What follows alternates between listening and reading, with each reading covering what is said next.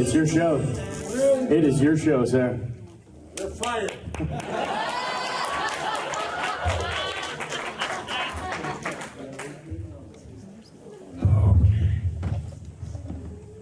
Well, have you all been to these things before? Yes, sir.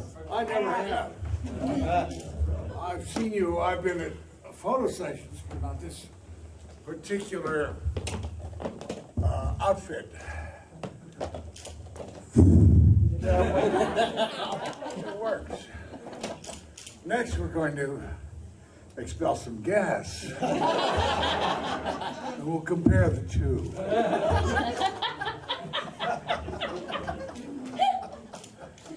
Sorry. She had a spasm.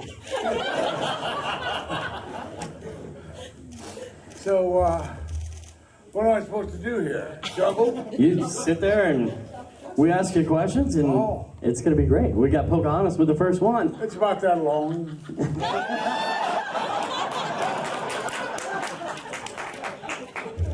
What was it like to play Carl from Up? It was very quiet when we did it. It was a job. Yeah.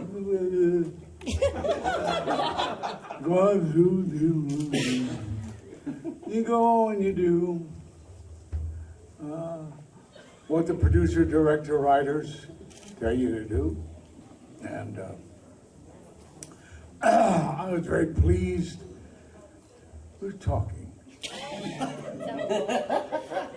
What are you talking about? Shut up!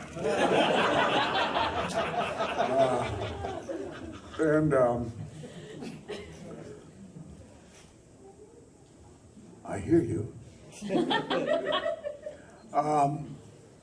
And about midway through, I don't know, there were either like 6 or 8 recording sessions.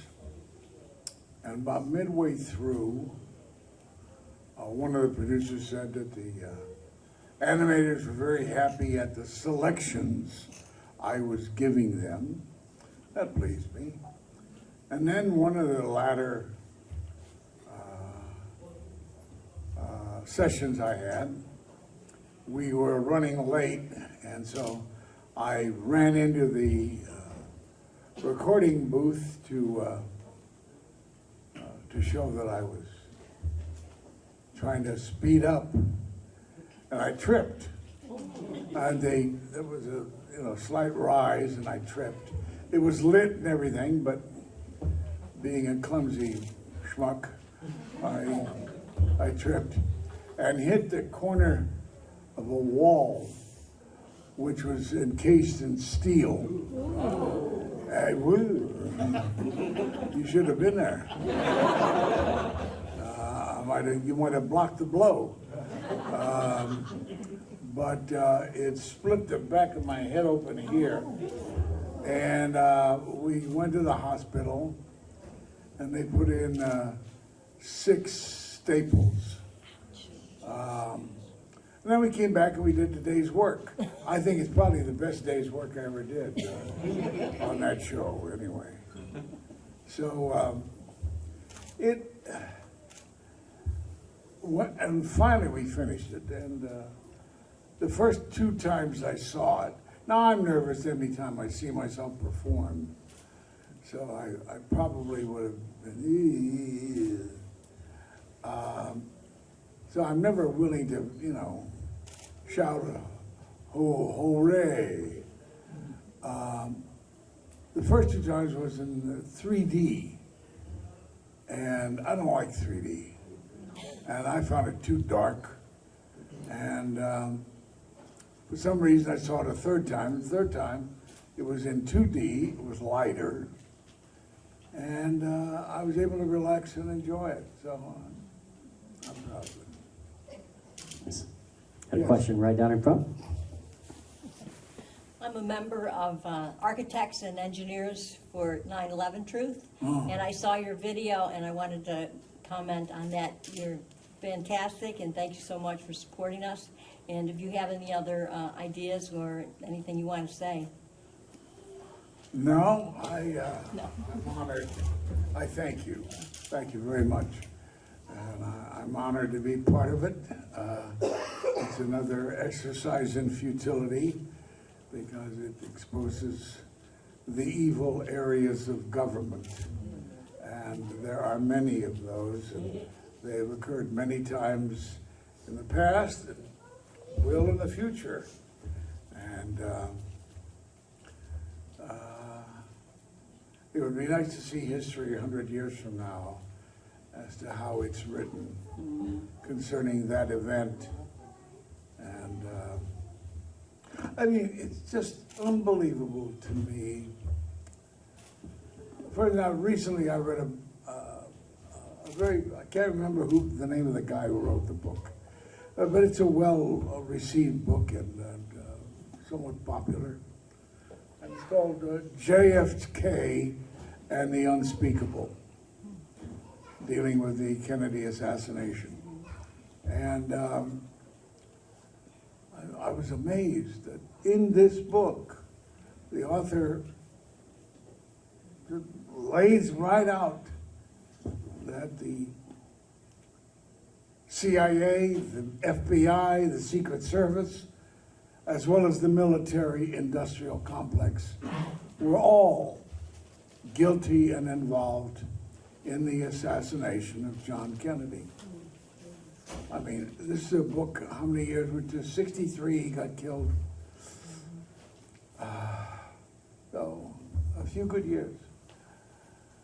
That's at least 50, right? Thank you, Ed. And how many people out there are, I mean, and nobody has killed this guy, nobody has sued him or claimed he's a liar, this and that, so forth and so on. So you have such complicity of government involved in that case,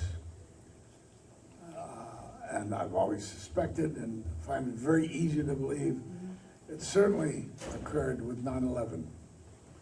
And I think that the questions are even more impossible, or the indictments are even more impossible to refute in that case because of the seeming culpability.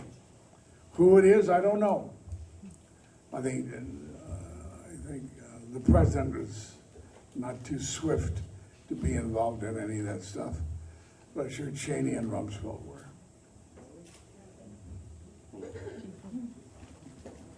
Yes, sir. Question back there. I'm coming. Excuse me, pardon me. Excuse me. Man, I'm glad I didn't eat that Taco Bell. Now listen, we're going to have to speed up this getting questioners to speak up here. Yes, sir. Well, they're eating up too much time. Spit it out, wherever you are. Mr. Asner, I wanted to first off say I grew up watching the Mary Tyler Moore and reruns, so there's so many wonderful memories of that.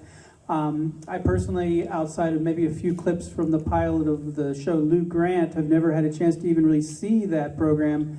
I'm kind of fascinated by just the whole idea that they took your character that was on a comedy and spun off a drama out of that.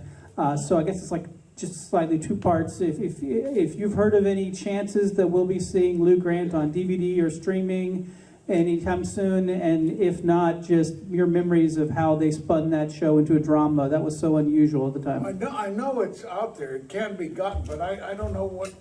Does anybody know? It's like those Lucille Ball collection things. It's those. No, I'm not saying that. I know they put out the DVDs now. Yeah, but I think they did it as a collection, and it's only bought through the As Seen on TV kind of. Oh. Yeah. There's a Me channel, is there? Me I think TV. so. I think it might be on Me. How did that happen? Making a drama out of a comedy character? Or how did that come about? Well, when it was concluded that Mary was ending, and my agent asked CBS, did they want me? And they said, we definitely do. So they said, what production company? I was delighted to say, I still want MTM Enterprises. So, and I said, I'd like my initial producers of marry Alan Burns and Jim Brooks to produce Lou Grant. And they said they would. So then we waited a couple of months, and Alan and Jim came back to me and they said, we think we'd like to keep with Lou instead of creating a new comedy or a new thing. We'll stay with Lou and have him go back to print and make it an hour show. And because they, of course, are gods, I said, well, that's fine. Just like that. And I've been praised of winning Emmys, both for Lou Grant, the hour show, and Lou Grant, the half hour. And being the only person who's done that. It's not easy to do that. It's a fool's errand. I was instructed by Jay Sandrich, who directed all of our Marys, and the producer directors, all right, now you're going to be the flagship bearer. You're going to be carrying the flag of Lou Grant and you've got to remind everybody of what we are and who it is and what Lou is and blah, blah, blah, blah. Bullshit. So we started the show. And there wasn't anybody connected with that show who had ever done a series. They had done episodes, they may have done movies, they may have done this, that, but never a full series. Both producers, writers, actors, crew, most of the crew had never done series. And discovering the technique of going from a half-hour audience watched, 300 people in the audience, comedy, 3-camera, to a single camera, dramedy, we'll call it, Lou Grant. 1 camera, no audience, is like a trip to the other side of the moon. Totally different worlds.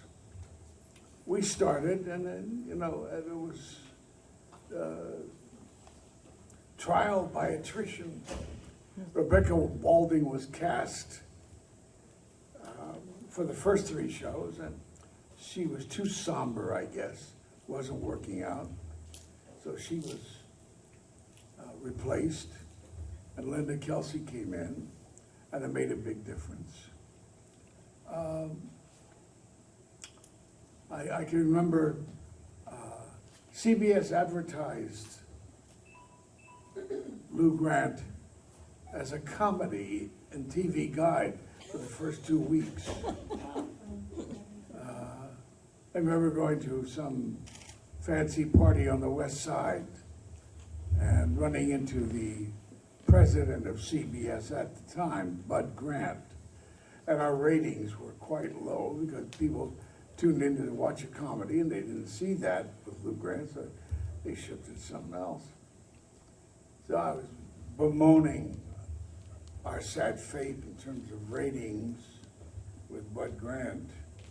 They said, oh, don't worry. If this didn't work out, we'll do something else. That this was my baby. I wanted my baby to make it. And fortunately for me, CBS had nothing waiting in the wings to replace us, I think. So they regarded us as an investment, and they stuck with us, and we managed to get into a middling area of ratings and became really the only show on TV that presented ideas of modern life. I speak of the fact that we didn't do maybe 3 things. Busing was very big then. We didn't do anything on busing. We didn't do anything on abortion. And and we didn't do anything on gun control. But everywhere else, everything else, we tended to touch it, to get it out there. I don't know if I answered your question or not.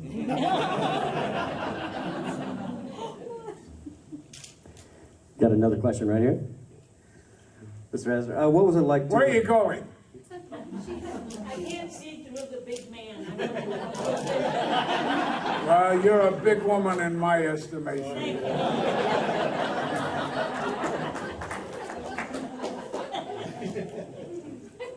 Who was asking? All right, here. What was it like to host Saturday Night Live when you did that? Well, it was very, very nice, except that they kept wanting to cut my stuff. And, I took it personally, and it bothered me. And as you can see, I did it one time, and they never had me back. That's life. Yeah. Question over here. Yes, I'm the troublemaker. In all What'd of she say? She's the troublemaker. in all of the roles that you've played, which was your favorite? What? Which of all of the roles that you've played was your favorite? Was my what? Which role was your favorite to play out of all the roles you Favorite? played? Well, I can't deny 12 years of Lou Grant. I mean, we were joined at the hip. I often say that for Mary, I tended to draw upon my two older brothers for their bigness, their meanness, their devilish sides. And I couldn't do that for Lou Grant, the Hour Show, so I kept looking, and finally plunged into my inner guts to do him. So that made the difference for me.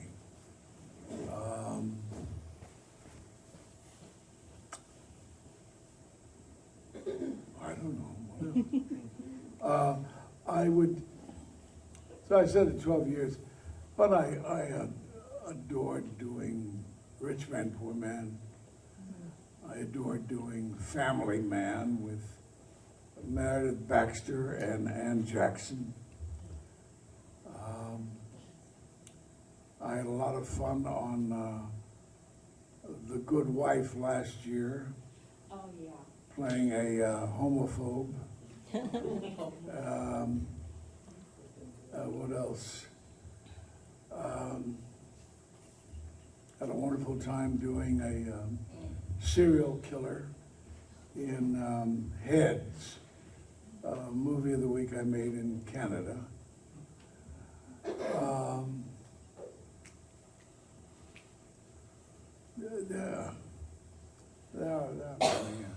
What did you like? Well, of course, I loved, the Lou Grant Show and Mary Tyler, but obviously. Oh, well, yeah, but Up was merely voiceover and. But it's you. You can tell it to you by your reflection and by your what you put into it. It couldn't be anybody but you.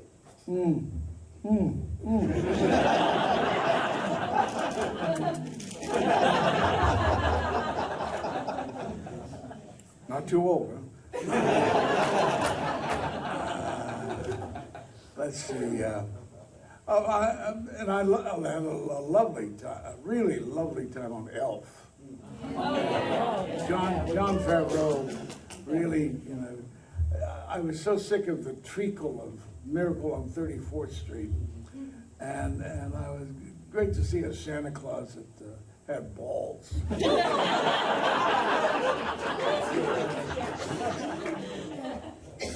We've got a question right over here. Hi, Ed. Welcome to Florida, and Thank welcome you. to the Fanboy. Thank you. You have a long What's list of TV shows, movies, and comedies. But in 2012, you made a short film called Autism and Cake.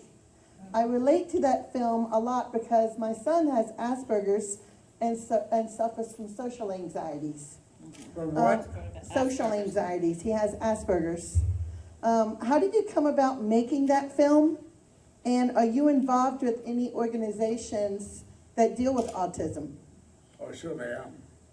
I have 4 kids.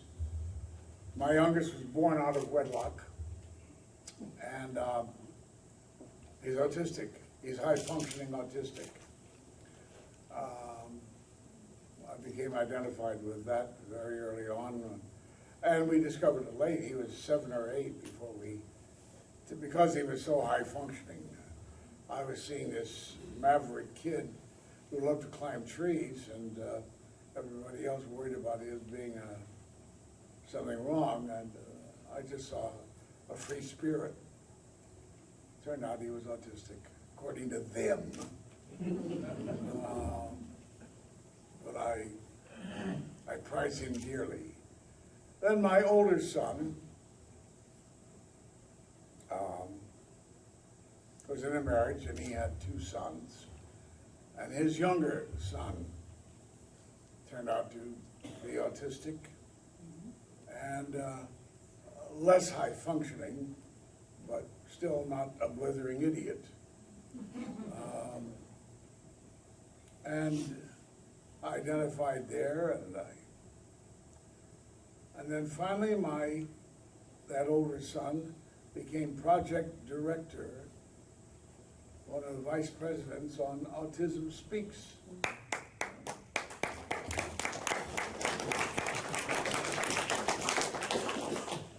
And they're certainly doing a good job. Yes, they are. And he does a great job. And 1 in 50 or 54, I don't know, mostly boys. And it's always been there. It's, oh no, except before we used to say, the dummy, the idiot, whatever. We find all kinds of names to give our lesser advantaged. There's a wonderful film that I did see about a Down syndrome kid being brought into a classroom, and the class never having witnessed anything like him before. I forget the name of the picture of the documentary. It's a wonderful documentary on how this whole class responded to that kid and tried to make his life easier, and they became enriched by being around him and considering him. And I found the same thing in the public school that I got my son into. It was a neighborhood school, but they had never had an autistic kid to their knowledge. And they adapted, and got to him. Then when it came for middle school, we went to a fancy middle school in Pasadena, which is next to Caltech. And he was placed in this school with these fantastic kids, and told who he was and what he was, and they had never had an autistic kid. And they acted the same way with him as in this documentary, as they had done with the Down syndrome kid. And I guess our task in this world is to get the world to react the way those classes reacted to their rare individual. To accept, to tolerate, to encourage, to protect, and to take the definite qualities that they have and get them used and employed and made valuable by. One of the times after he was diagnosed, my son was in my car with me, and a cop pulled me over while I'm waiting for the cop. My son was in the passenger seat. He might have been 10, I don't know. And cop came up to the window. He was a humorless cop. And my kid said to him, "Do you know who you're talking to?" and I kind of melted. And that is typical of an autistic kid. Both, you can call it lack of control, you can also call it freedom. And the cop let it go by. So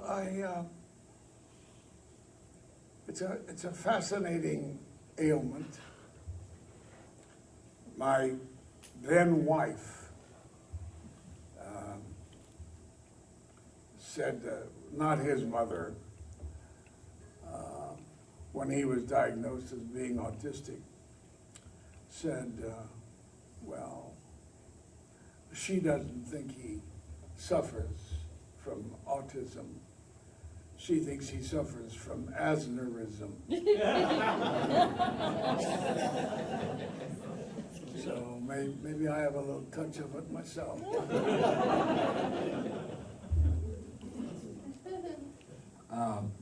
Obviously, you have a long acting career, but how did you get involved in voice acting with films like Up, for example?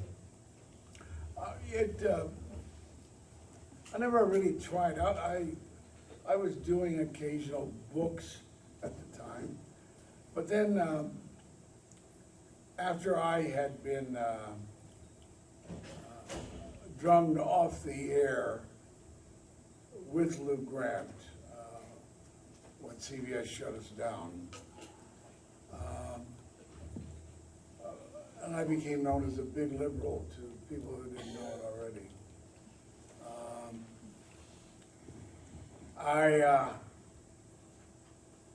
Ted Turner started Captain Planet, and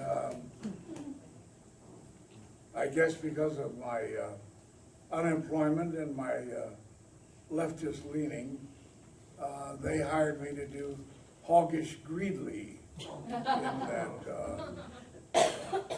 and I thought I was pretty clever. I thought I invented a pretty interesting character. And that went on for a while. And that just kind of slowly opened more and more animated voiceover doors. And I guess the culmination of that is Up. Now, I did Up. Up came out in '09. Yeah. I haven't had one invitation from Disney since then.